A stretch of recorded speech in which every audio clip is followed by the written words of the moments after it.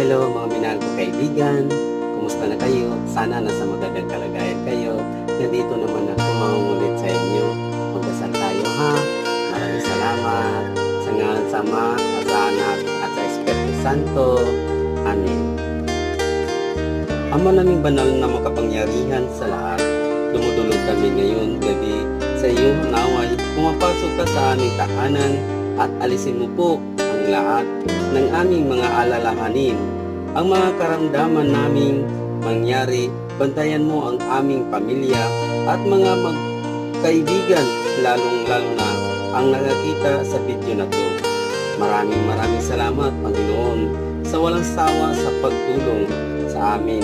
Bukod doon, binigyan mo pa kami ng kapayapaan, pag-ibig at kasiyahan. Idinadalangin namin ito sa pangalan ni Jesus.